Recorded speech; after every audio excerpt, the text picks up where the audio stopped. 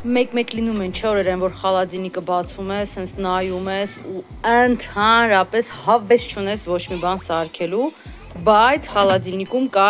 գինի։ Ու ես գիտեմ, որ ճիշտ բառը սառնարանն է։ Սակայն բացում ես սառնարանի սառցրանը եւ վուալա, Frank by Basta-ի կողիկներ։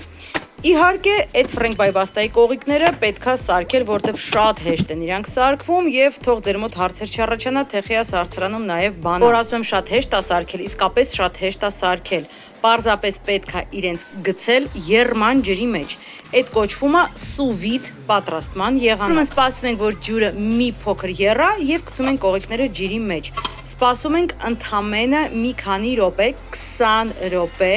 եւ այն պատրաստ է։ Ցանկության դեպքում դուք կարող եք այն ուղարկել դուխովկա ընդամենը մի քանի րոպեով, 2-3 րոպեով, որպեսզի ել ավելի չորանա, բայց ես չեմ սիրում այդ չորացրած էֆեկտը, ես սիրում եմ ավելի հյութալի։ Ի դեպ նշեմ, որ կողիկները միանգամից իրենց սոուսի մեջ են արդեն իսկ, այսինքն դուք ոչ սոուսն եք պատրաստում, ոչ միսն եք պատրաստում։ Ձեզ մնում է ընդամենը ճիշտ համադրել այս գեղեցկագույն ռիպսի հետ շատ ճիշտ գինի, ես այսօր ընտրել եմ Old Winery կարմիր գինին եւ վայելել երեկոն։ Իսկ եթե դուք եք ուզում զգաք նմանատիպ գաստրոնոմիկ վայելք, վիդեոյի նկարագրության մեջ նշված է թե Frank by Basta-ի, թե Old Winery-ի էջերը։